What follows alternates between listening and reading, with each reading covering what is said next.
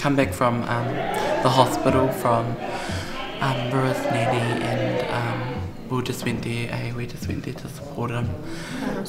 Yeah, power respects, because it's such a heavy kaupapa, and like Rura's a real big part of this choir. And when we got to the hospital, Rura's papa said, well, she said before she passed away, the show must go on.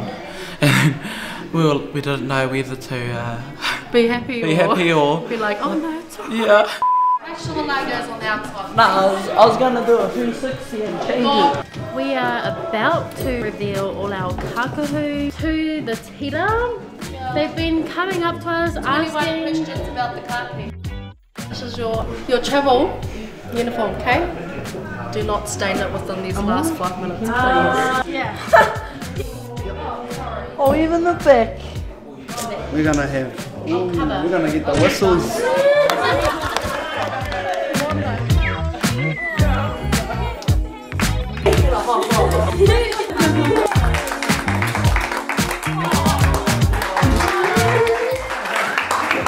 To our rugged clothes.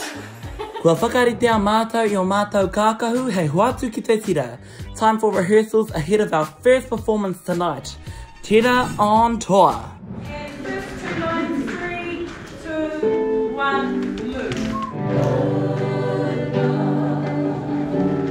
It's crazy because it sounds like they've been together for much longer. I guess seeing the excitement in their faces and the passion and just the love and joy that they experience with singing and music.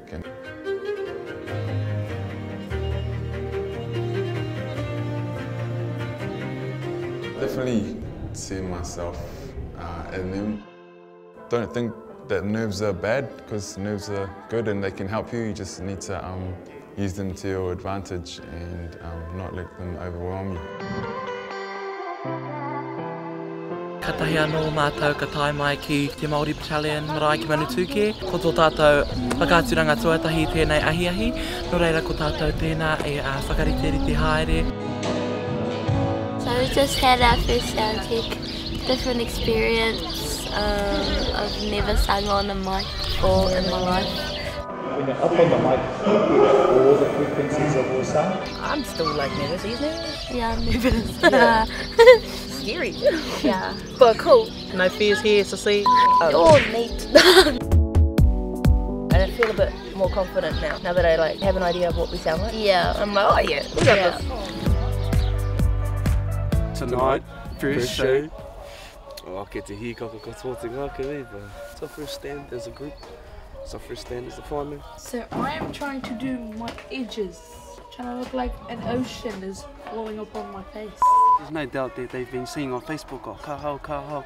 Just everyone who's going to come tonight, they'll see what we've been talking about, like the vibe, just to be able to show what we've been doing over the past how many months. Our kaupapa is who we are, and just give them the sound of rangatahi.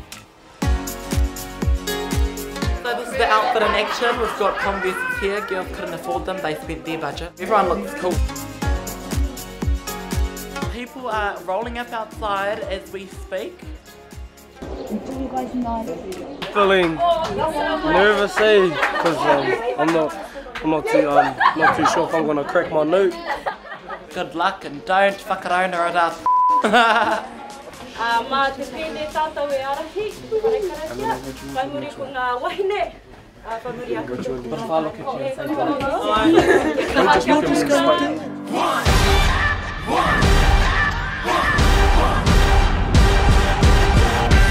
let's give a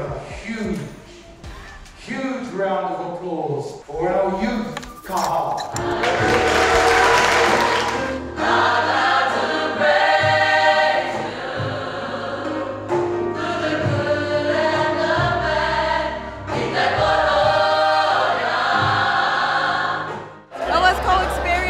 I didn't want to look everyone in the eye because I knew I'd either laugh or cry more. So I looked up. It was me, because my voice cracked. Switching lines, didn't know when to go. Like Maoris, like always, just last minute things, man. Lessons learned. Don't change the note of the song right before the song. Some of us don't adapt, some of us do, but all. E hikaka ana roto, nā te mea. Kei konei tōku pāpai mātaki ana i a mātou. It's been for ages since the last time I've seen it. When we were outside, I was like, nah, I'm not even nervous. Then I took my first step and I was like, I grabbed Anaheda's hand, and throughout the whole first, second and third song, I was holding her hand because I was nervous. Kei runga noa tūpes. Aha ko te aha.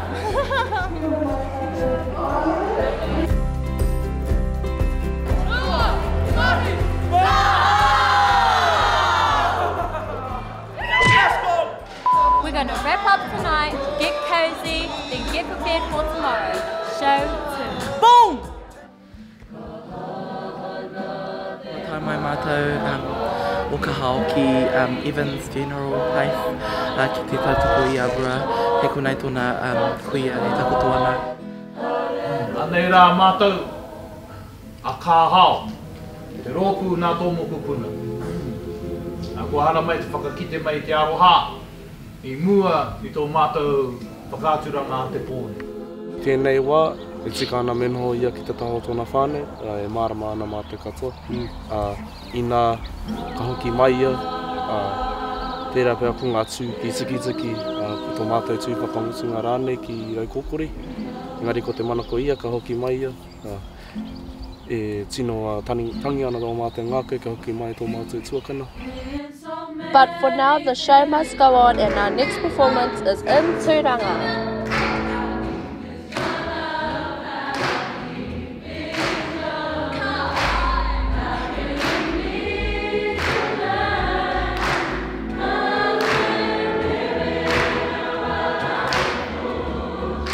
How did you feel about our show? I couldn't stop crying. I was so proud. One word, spell by Tino Rawe. Karai te mohi o te ingoa, engari he maha ngā waiata miha te tōna. Tonight was full of love and thoughtfulness and togetherness. Better than last night. I was way more confident. Way more confident. I can't wait for tickets to come. It's gonna go down. Tira on tour, next up 2 soul performances. Tiki Tiki, here we come.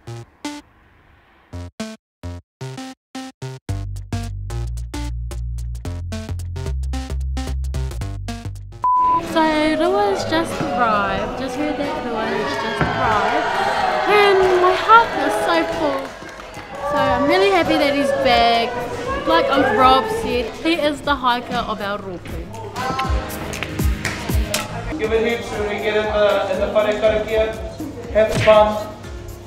Help each other out on stage. Don't freak out if you forget where to go. Just work it in. Nobody knows but us. But it doesn't matter whether there's one person or 100 people. You give everything. You never know whose life you're going to change tonight. Ka pai. So step it up again. Ko tēnei te wā, after 3 wānanga, a week of tour life, we are ready for St. Mary's Church.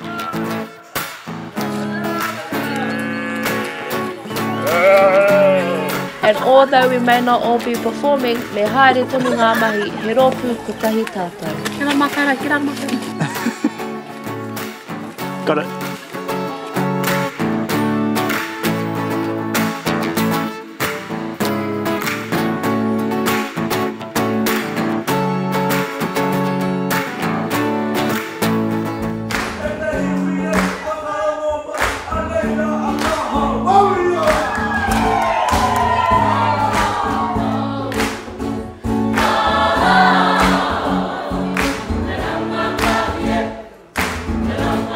Yeah.